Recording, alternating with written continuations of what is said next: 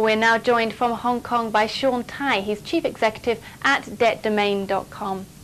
Thanks very much for joining us, Sean. Let me ask you, first of all, why are you launching this? Why are you pushing ahead into the secondary loan market right now? Well, we see a market that's ripe for an internet platform. You have a market that is a very large market, loans outstanding in Asia, US $2 trillion. The turnover is very low relative to the size of the total market. Our estimates is 1 to 2% versus, say, 6 to 7% in the US. The reason for the low turnover, in our view, is because it is so fragmented.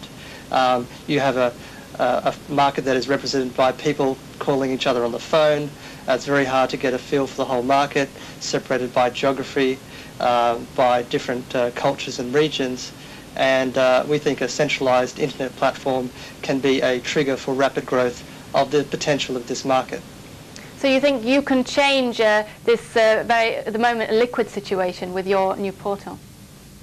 Yes, I think the history has shown where a centralized internet-based platform is introduced to a financial market, equities, bonds, there is rapid growth in turnover. And by bringing all the participants online in one location, making it transparent, reducing significantly the time it takes to execute a trade, we feel that will spur growth. Excuse me for asking this, but do you think a new economy internet portal is really the way to get the market moving? We've seen traditional players try and fail that several times over the past years. Okay, we see a number of trends favouring the secondary loan market at the moment. One is a trend by commercial banks to active portfolio management, for example. A lot of banks in the past have taken a relationship-based approach, holding loans to maturity, and particularly out of Europe, we see active portfolio management be adopted. Banks apply quantitative models to their portfolios, and they sell and buy loans before on the secondary market to optimize their portfolios. What are your estimates roughly for new issuance and also secondary market volume by, let's say, the end of the year?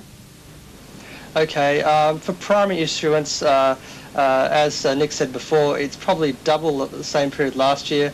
And as that increases the stock of primary loans outstanding, that increases the loans available for secondary trading. So that's definitely a positive trend. And in terms of the secondary turnover, we estimate it's 10 to 20 billion US in Asia at the moment, and that's ripe for substantial growth. Nick also mentioned some of the major obstacles hampering secondary loan trade. Do you see these as large obstacles on the legal, regulatory front? We don't see regulatory authorities as being an obstacle at all. Legal issues, perhaps, we have many different legal systems. However, for the primary sources of liquidity, which is Singapore and Hong Kong, they tend to adopt common law practices or London English law practices, and that's not a great impediment. Really, the greatest impediment we see is the fact that the market is so fragmented, and the costs of trades as a result are very high. And we feel by providing the data to the market, making it transparent, will give people more confidence to transact on the market. Okay, thank you very much for those interesting comments. Sean Tai of debtdomain.com. Thank you. Thanks, Debbie.